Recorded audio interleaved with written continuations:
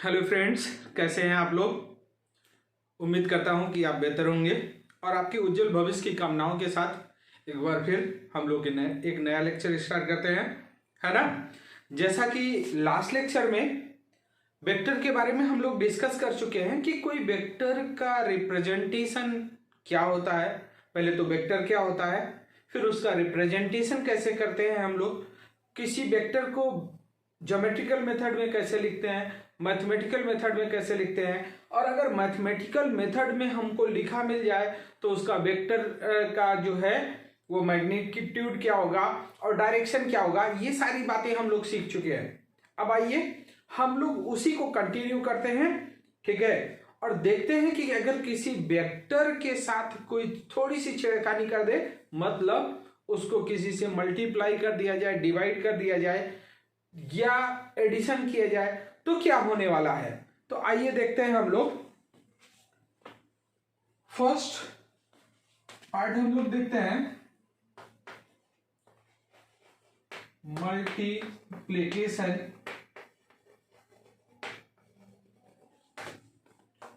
Of vector with scalar. ध्यान दीजिए, ये बात फिजिक्स पढ़ने के लिए जितना इंपॉर्टेंट है उतना इंपॉर्टेंट इस चैप्टर के लिए नहीं है। और मैंने पहले ही आपको बोल रखा है कि वेक्टर हम क्यों पढ़ रहे हैं, क्योंकि हमको फिजिक्स अच्छे से पढ़ना है, समझ में आना चाहिए। तो ये फिजिक्स पढ़ने के लिए बहुत ज्यादा इंपॉर्टेंट है, जितना इंपॉर्टेंट पढ़ने के लिए उतना इंपॉर्टेंट इस चैप्टर के लिए नहीं। आइए देखते हैं।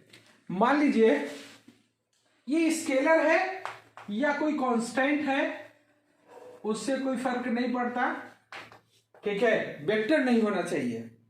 उसके लिए एक एग्जांपल से मैं एक्सप्लेन करता हूं, फिर इसको कंक्लूड करता हूं। मान लीजिए आपके पास कोई वेक्टर है, वेक्टर ए, और ये लास्ट लेक्चर पे जो हम लोगों ने निकाला था उसी को मैं लिख देता हूं, 3√3i cap plus 3j cap. ये हमारे पास एक वेक्टर है।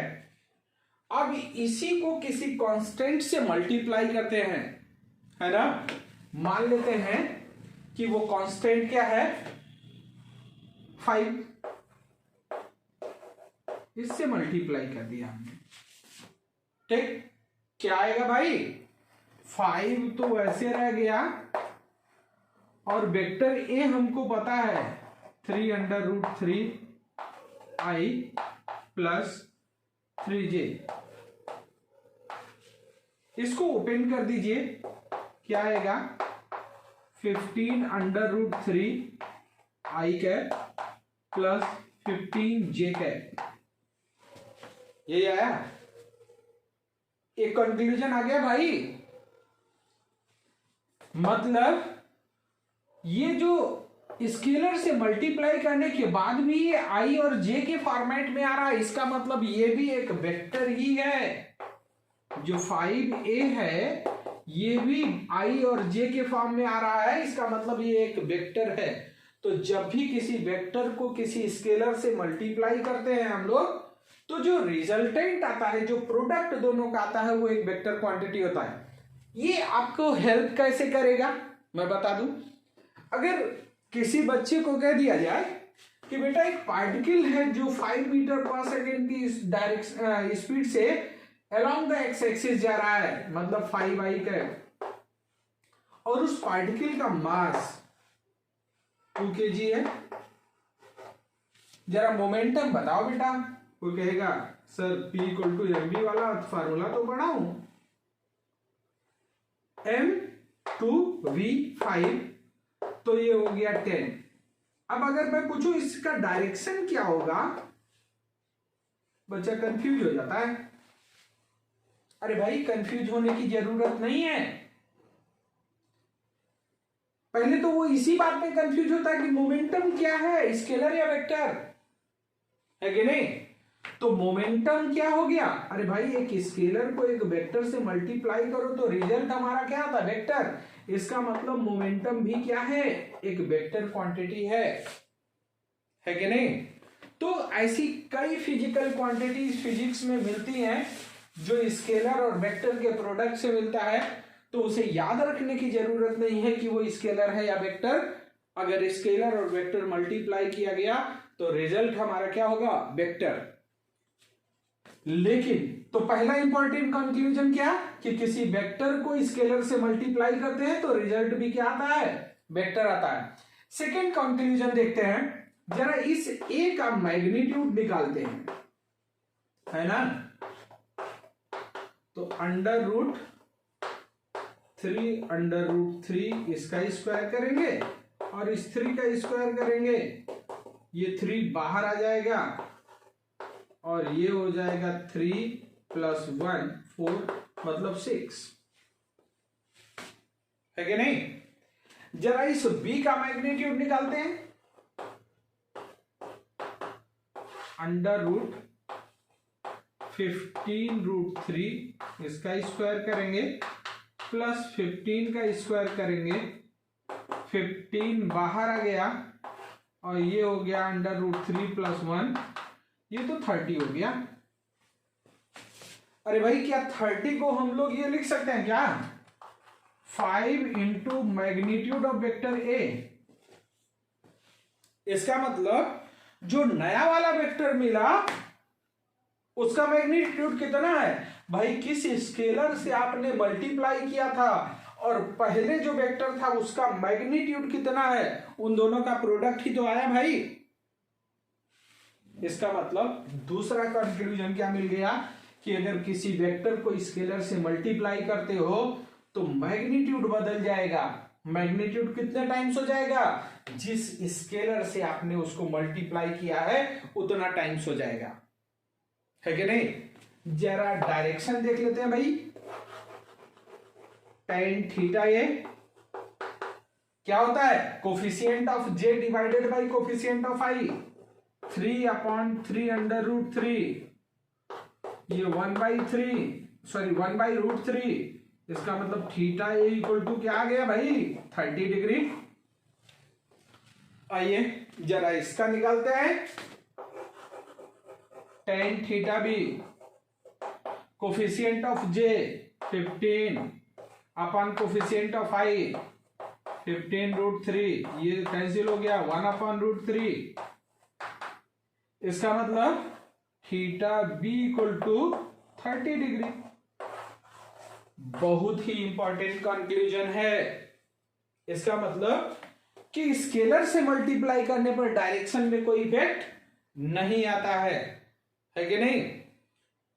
तो अगर किसी वेक्टर को किसी स्केलर से मल्टीप्लाई करते हैं आप, क्या क्या होने वाला है, जो प्रोडक्ट होगा वो वेक्टर क्वांटिटी होगी, मैग्नीट्यूड उतने ही टाइम्स हो जाएगा जिस स्केलर से आपने मल्टीप्लाई किया है, और डायरेक्शन पर कोई इफेक्ट आने वाला नहीं है। तो कई बच्चों से जब मैं पूछता हूं तो एक कंफ्यूजन आ जाती है, हमने कहा बेटा फोर्स पता है, जरा आइसोलेशन का डायरेक्शन बताओ, ठीक है। तो वो क्या करेंगे, आइसोलेशन हमको पता है कि F/m, अरे भाई इसको डिवाइड मानो या 1/m से मल्टीप्लाई मानो, कोई फर्क पड़ता है क्या। इसका मतलब कि जो फोर्स का डायरेक्शन है वही एक्सेलरेशन का होगा, फोर्स वेक्टर है एक्सेलरेशन भी वेक्टर होगा, है कि नहीं। डायरेक्शन केवल एक कंडीशन में चेंज होती है, जब आप नेगेटिव वैल्यू से मल्टीप्लाई करते हो तो डायरेक्शन इन्वर्ट हो जाता है, अदरवाइज डायरेक्शन सेम रहता है कि नहीं। तो एक्सेलरेशन के डायरेक्शन में कंफ्यूजन नहीं होना चाहिए। वेलोसिटी का डायरेक्शन पता है तो मोमेंटम के बारे में कंफ्यूजन नहीं होना चाहिए, क्योंकि ये स्केलर है और ये पॉजिटिव होता है मास। इसका मतलब जो वेलोसिटी का डायरेक्शन है वही मोमेंटम का डायरेक्शन होगा। तो ऐसी बहुत ढेर सारी क्वांटिटीज हैं जो समय पर हम लोग देखते रहेंगे, लेकिन इसका इससे भी एक और इंपॉर्टेंट रोल है इस चैप्टर के लिए। आइए देखते हैं कि क्या रूल है। इसका मतलब आप इसे कंक्लूड करके लिख सकते हैं कि when a vector multiplied with scalar then magnitude changes and becomes, कितना हो जाएगा भाई, जितने स्केलर से मल्टीप्लाई किया वही, है कि नहीं, और डायरेक्शन रिमेन्स अनचेंज्ड, है कि नहीं। अब इसी बात पे हम लोग एक बहुत इंपॉर्टेंट पॉइंट लिखने वाले हैं, क्या, यूनिट वेक्टर। भाई बहुत बड़ा रोल है यूनिट वेक्टर का, तो इसको हम लोग पूरा पूरा लिखेंगे। यूनिट वेक्टर क्या होता है, वेक्टर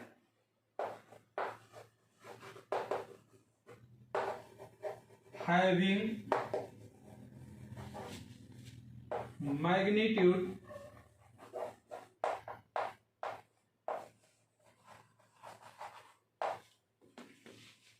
वन, मतलब यूनिटी, एंड स्पेसिफाइड डायरेक्शन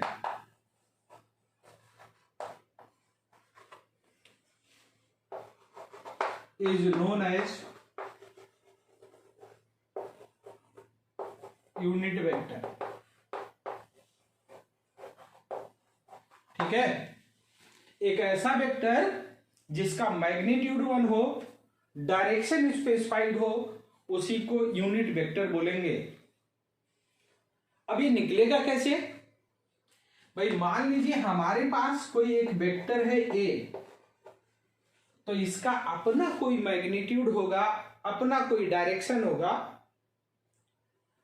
अब अगर इस वेक्टर को इसी के मैग्नीट्यूड से डिवाइड करें, मान लो इसका मैग्नीट्यूड है 10 और 10 से डिवाइड कर दोगे भाई कितना बचेगा, 1 बचेगा या नहीं। और हमने तो अभी भी बताया है यार कि जिस स्केलर से मल्टीप्लाई करते हो या डिवाइड करते हो, नए वाले का मैग्नीट्यूड उतना ही हो जाएगा, वो उतने टाइम्स, है कि नहीं। तो अगर इसका मैग्नीट्यूड 10 है और 10 से डिवाइड कर दोगे तो 1 आ जाएगा। अरे भाई 10 हो या 100 कुछ लेना देना नहीं यार, अगर इसी के मैग्नीट्यूड से डिवाइड करोगे तो 1 आएगा। इसका मतलब वेक्टर अगर दिया हो और यूनिट वेक्टर निकालना हो तो बहुत आसान है। क्या करेंगे हम लोग, उसी वेक्टर को जो दिया गया है उसी के मैग्नीट्यूड से डिवाइड कर देंगे, है ना। अब हमने कहा if there is a vector A, then its unit vector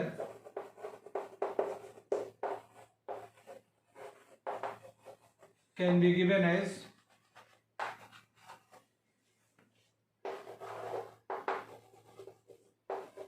क्या करेंगे भाई, यूनिट वेक्टर को कैट से रिप्रेजेंट करते हैं। ये कुछ और नहीं है, एक वेक्टर है, उसको उसी के मैग्नीट्यूड से डिवाइड कर दीजिए, जो भी आया वो वेक्टर हो गया, यूनिट वेक्टर मिल गया, है ना।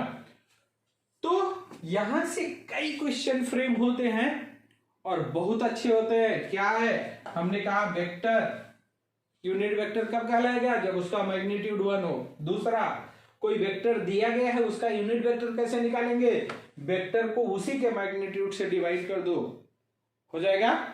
अब चलिए इसका एप्लीकेशन देखते हैं, बहुत ही मजेदार है।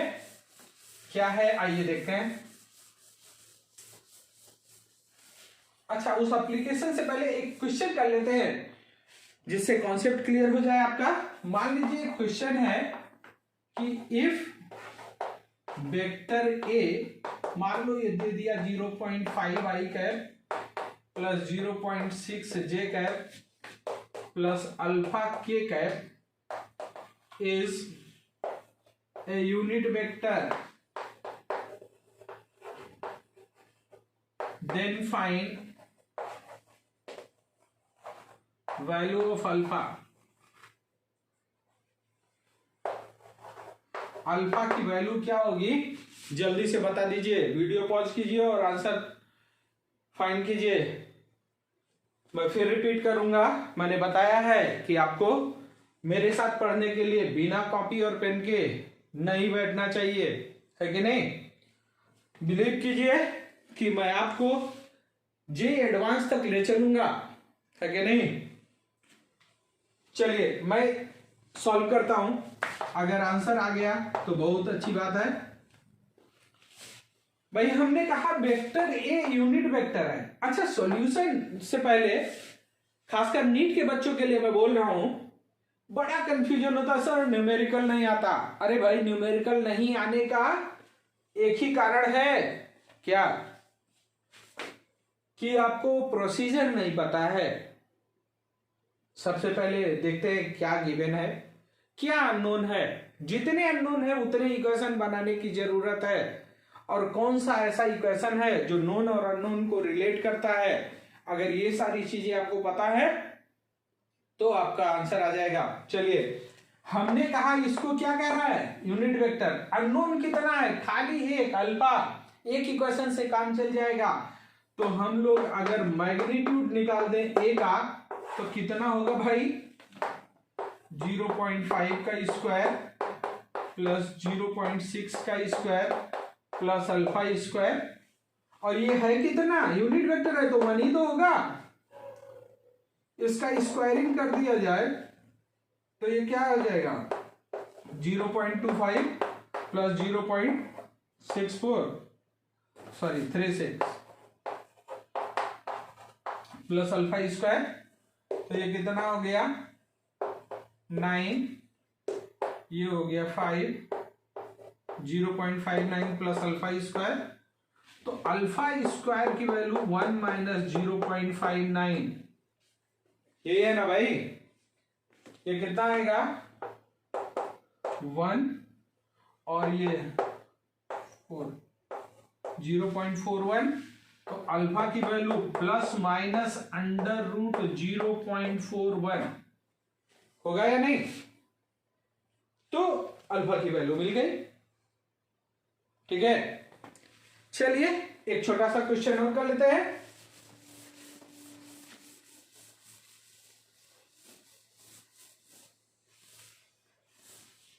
मान लीजिए आपको कोई वेक्टर दे दिया, let vector A equal to 3i plus 4j, then find A का यूनिट वेक्टर बताओ। तो सबसे पहले क्या करोगे भाई, ए का मैग्नीट्यूड निकाल लो। ये है under root 3 square plus 4 square, ये कितना हो जाएगा 5। तो ए कैप की वैल्यू क्या हो जाएगी, vector A divided by magnitude of vector A, इसका मतलब 3i cap plus 4j cap divided by 5। अब इसको आप इस तरीके से लिख लेते हो तो उसमें कोई बहुत बड़ी बात थोड़ी कर रहे हो, है ना। तो कोई वेक्टर अगर दिया गया है उसका यूनिट वेक्टर निकाल सकते हो, और अगर उसने यूनिट वेक्टर कह दिया है इसका मतलब क्या है कि उसका मैग्नीट्यूड 1 है ना। अब जो है एक और इंपॉर्टेंट पॉइंट,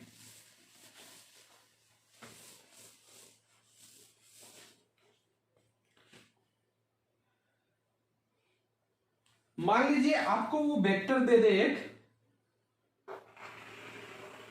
ए, मान लो हमने कहा ए, अब इसका अपना कुछ मैग्नीट्यूड है और कुछ डायरेक्शन। आपसे कह रहा है कि find a vector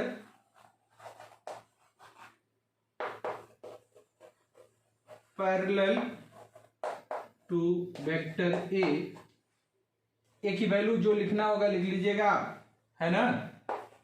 and having magnitude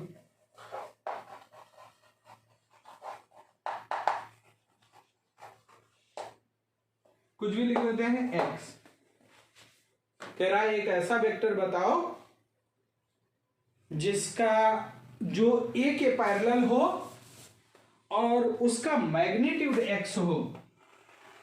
मान लीजिए ये है वो वेक्टर ए। निकालने का तरीका मैं बता रहा हूं भाई।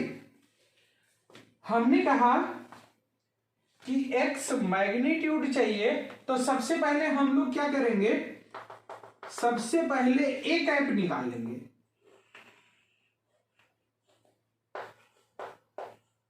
ये तो निकालना सीख चुके ना। हमने बताया है कि किसी स्केलर से मल्टीप्लाई या डिवाइड करने पर डायरेक्शन नहीं बदलता भाई।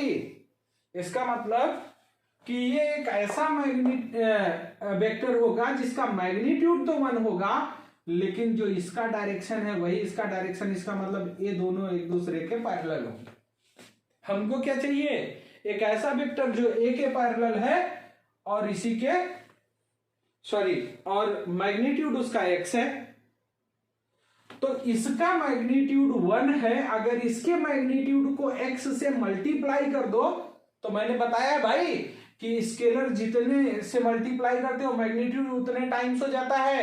इसका मतलब जो रिक्वायर्ड वेक्टर होगा वो क्या होगा, इसी को x इंटू ए कैप लिख दिया जाए तो यही रिक्वायर्ड वेक्टर है कि नहीं है भाई। जितना ये 1 था, x से मल्टीप्लाई करोगे मैग्नीट्यूड x हो जाएगा, और ये यूनिट वेक्टर के पैरेलल है, यूनिट वेक्टर इसके पैरेलल है, तो ये दोनों आपस में पैरेलल हो जाएंगे या नहीं।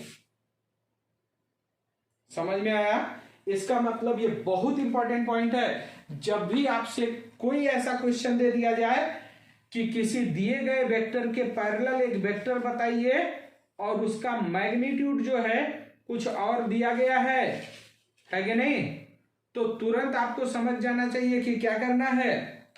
जिसके पैरेलल कह रहा है वो हम लोग उसका यूनिट वेक्टर निकालेंगे, और जितना मैग्नीट्यूड कह रहा है वो उसी से हम क्या करेंगे, मल्टीप्लाई कर देंगे और आंसर आ जाएगा, है कि नहीं। चलिए भाई, अब एक क्वेश्चन ले लेते हैं। मान लो वेक्टर ए कुछ है, क्या मान लिया जाए, 3i प्लस 4j प्लस 5 के लिख लो, है ना। और हमने कहा कि एक ऐसा वेक्टर बताओ जिसका मैग्नीट्यूड जो है वो 10√2 है ना। तो रिक्वायर्ड वेक्टर क्या हो गया जरा बताओगे। रिक्वायर्ड वेक्टर जो है वो क्या हो गया, मैग्नीट्यूड 10√2 में यहां लिख रहा हूं। मैग्नीट्यूड कितना, रिक्वायर्ड मैग्नीट्यूड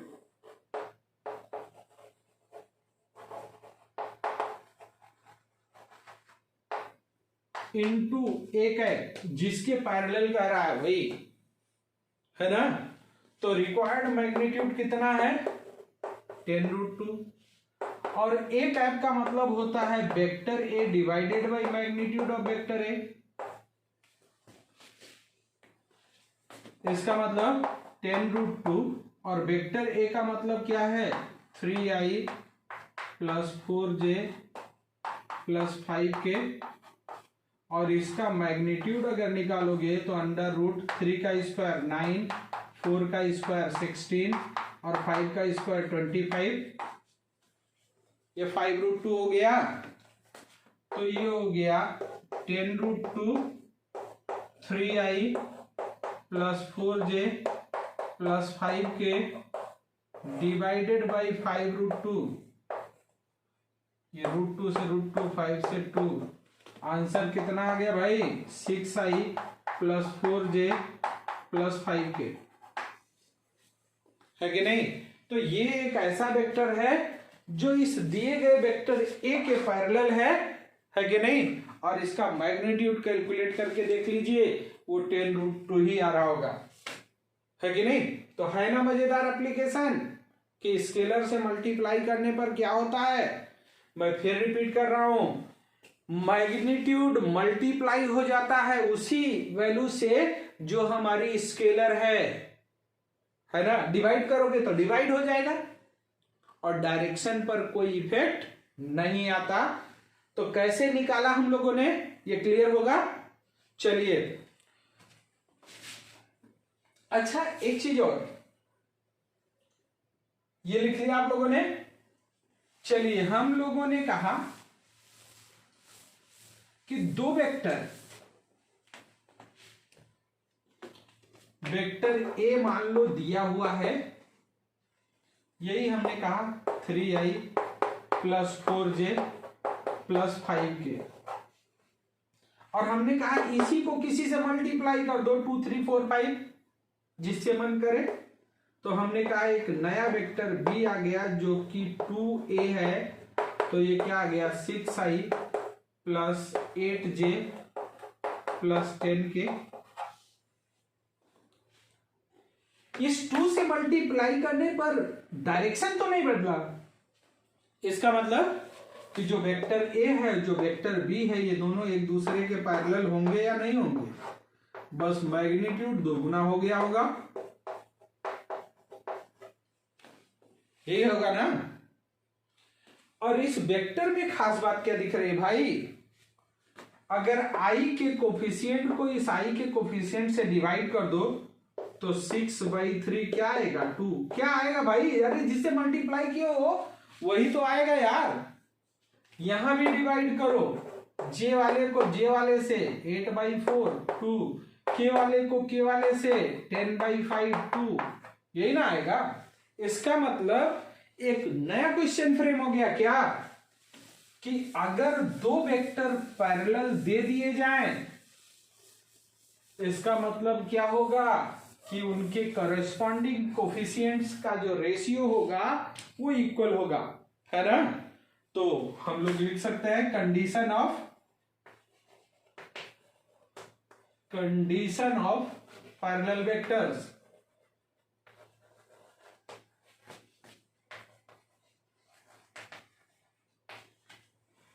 है कि नहीं, हमने कहा if two vectors are parallel to each other,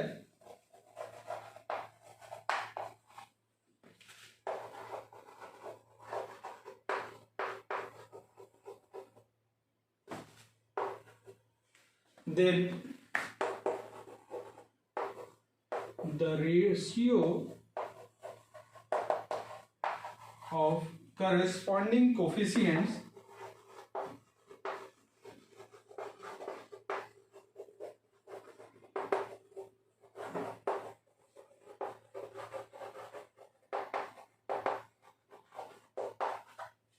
will be equal। समझ में आया।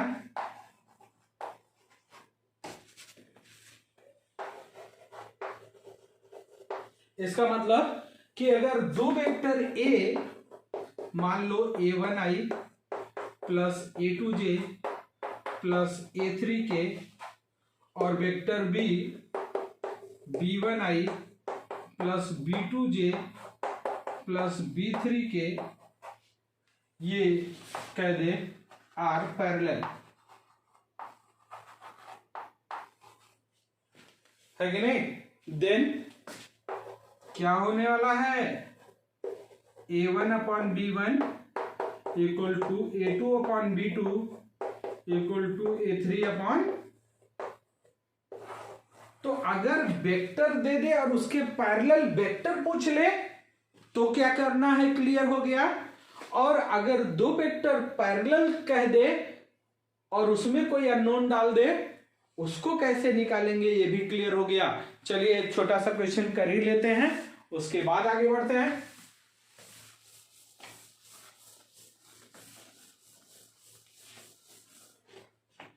हमने कहा if vector a = 2i - αj + 5k and vector b = 4i plus 2j minus beta k या plus beta k are parallel to each other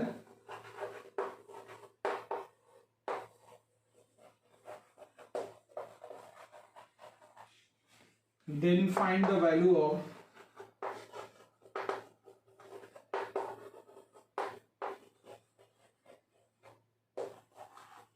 alpha and beta, है कि नहीं।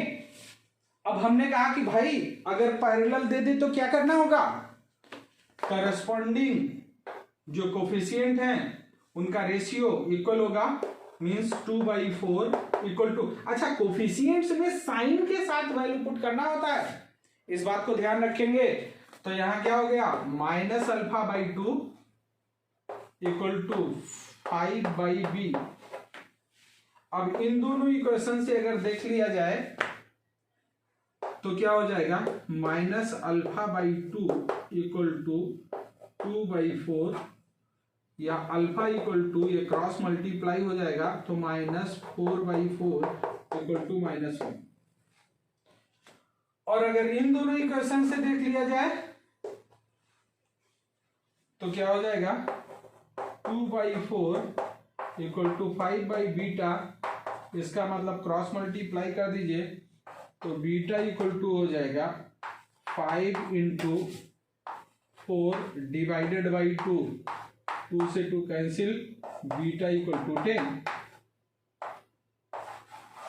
तो अगर वेक्टर को पैरेलल लेके आपसे कुछ अननोन पूछ लिया जाए तो मुझे उम्मीद है कि ये बातें आप कैलकुलेट कर सकते हैं, इसमें कोई दिक्कत नहीं है। चलिए अब एक और छोटा सा पॉइंट हम लोग लिख लेते हैं और उसके बाद जो है तब आगे बढ़ते हैं और इस यूनिट वेक्टर और स्केलर का साथ छोड़ते हैं, है कि नहीं, क्योंकि स्केलर से मल्टीप्लाई करके खूब सीखा हम लोगों ने। नेक्स्ट हेडिंग डाल लेते हैं, unit vector of 10 possible direction.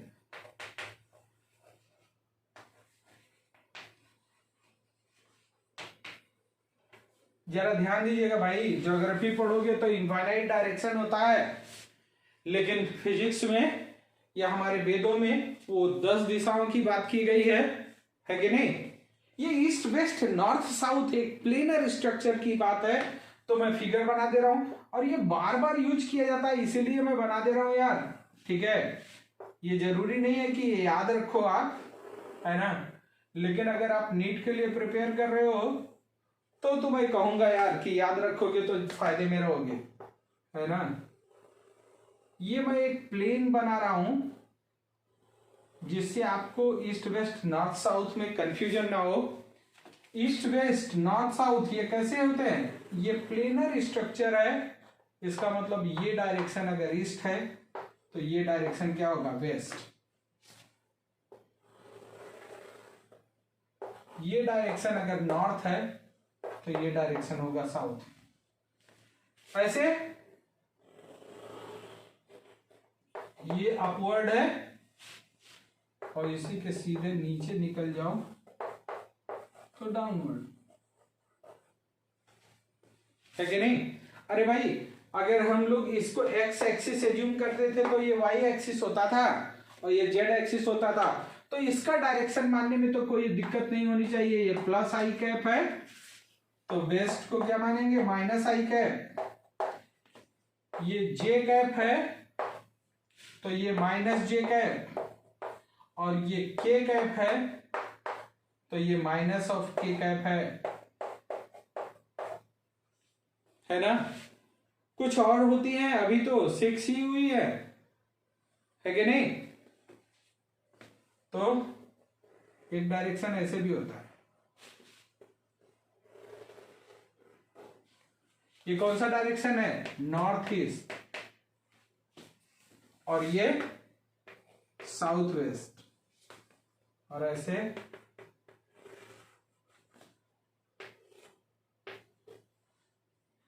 ये क्या है नॉर्थ वेस्ट और ये क्या है साउथ ईस्ट।